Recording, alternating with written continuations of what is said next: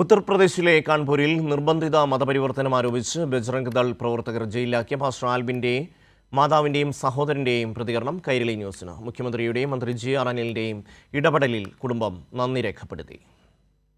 നമ്മൾ ചൊവ്വാഴ്ച വൈകിട്ടോടെയാണ് നമ്മൾ ശരിക്കും കറക്റ്റായിട്ട് അറിയണത്. അതിന് മുമ്പേ തന്നെ വാട്സപ്പിൽ കൂടെ ചെറിയൊരു മെസ്സേജ് ചെറുതായിട്ട് പെട്ടെന്ന് അവർക്ക് ഇടാൻ പറ്റിയത്, വീട്ടിൽ നിന്ന് പെട്ടെന്ന് ഇടാൻ പറ്റിയായിരുന്നു. അതിനുശേഷം പിന്നെ മെനിങ്ങാന്ന് വൈകിട്ട് കോടതിയിൽ ഹാജരാക്കുമെന്ന് പറഞ്ഞായിരുന്നു. പിന്നെ അത് അവർ പിന്നെ മാറ്റിയിട്ട് ഇന്നത്തേക്കാക്കി.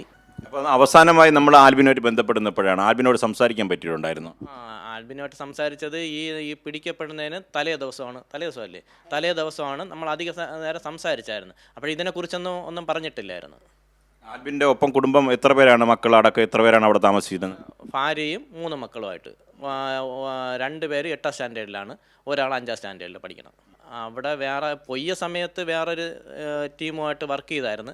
ഇപ്പോൾ അവൻ സ്വന്തമായിട്ടാണ് ചെയ്തുകൊണ്ടിരിക്കണം, സ്വതന്ത്രമായിട്ട് പ്രവർത്തിച്ചുകൊണ്ടിരിക്കുകയാണ്.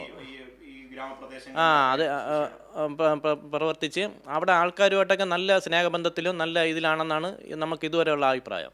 തലേ ദിവസം എല്ലാവരും സംസാരിച്ച്, ഞങ്ങൾ എല്ലാവരും മക്കളും എല്ലാവരും സംസാരിച്ച് സന്തോഷത്തോടെ തന്നെ സംസാരിച്ച്. വേറെ ഒരു പ്രശ്നം അവർക്ക് ഉണ്ടായിരുന്നില്ല. അതുവരെയും ഒന്നുമില്ല. കൃപയാ ഞങ്ങൾ സുഖമായിട്ടിരിക്കണം അമ്മ എന്ന് പറഞ്ഞ് എന്നെ എല്ലാ ദിവസവും പറയുന്നത്. ആർക്കും ഒരു ബുദ്ധിമുട്ടില്ലാതെ ഒരു വളരെ ബജറംഗ് എന്ന് പറയുന്നത് വളരെ നമ്മുടെ കേരളത്തിലെ അത്രയ്ക്ക് വലിയ സ്ട്രോങ് ആവത്തില്ല. കാരണം ഇവിടെ LDF ഉള്ള കാലത്തോളം ഇവർ ഒരിക്കലും സ്ട്രോങ് ആവാൻ പോകുന്നില്ല.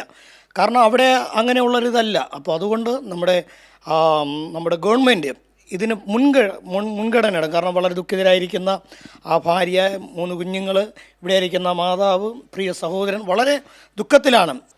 തീർച്ചയായും ഇപ്പോൾ നമ്മൾ ഉള്ളത് നെടുമങ്ങാട് കല്ലയം പള്ളിമുക്കിലുള്ള ആൽബിൻ്റെ വീട്ടിലാണ്. നമ്മൾ മുഖവരയായി പറഞ്ഞതുപോലെ ആൽബിൻ്റെ മാതാവ്, ഒപ്പം തന്നെ സഹോദരൻ ഇവിടെ ഉണ്ട്. ഒപ്പം തന്നെ സുവിശേഷ പ്രവർത്തകൻ, ആൽബിൻ്റെ ഒരു സുഹൃത്തു കൂടിയായിട്ടുള്ള സുവിശേഷ പ്രവർത്തകനാണ് അദ്ദേഹം പറഞ്ഞത്. ഇതിൻ്റെ ഗൗരവം എന്ന് പറയുന്നത് കേരളത്തിലാണെങ്കിൽ ഇത്തരത്തിലുള്ള സാഹചര്യം ഉണ്ടാകില്ല. കാരണം കേരളത്തിൽ ഇക്കാര്യങ്ങളെ സംബന്ധിച്ച് ചോദിക്കാൻ, നിയമം നടപ്പിലാക്കാൻ ഒരു സർക്കാർ, ഒരു ഭരണകൂടം നിലനിൽക്കുന്നുണ്ട്. അതിലൊരു പ്രതീക്ഷയാണ് പ്രത്യേകിച്ച് അദ്ദേഹം പങ്കുവച്ചത്. പക്ഷേ ഉത്തർപ്രദേശ് ആയതുകൊണ്ട് തന്നെ അവിടെ ഈ സംഘപരിവാർ പ്രവർത്തകർ ഈ ബോധപൂർവം തന്നെ വളരെ ഈ സുവിശേഷ പ്രവർത്തനം നടത്തുന്നവരെ അവരെ ആക്രമിക്കുക, അവരെ ജയിലിലാക്കുക, അവിടുത്തെ പോലീസിൻ്റെ സഹായത്തോടെ തന്നെ നിയമവിരുദ്ധമായ നടപടികൾ ചെയ്യുന്നു എന്നതാണ് അവരുടെ ആരോപണം.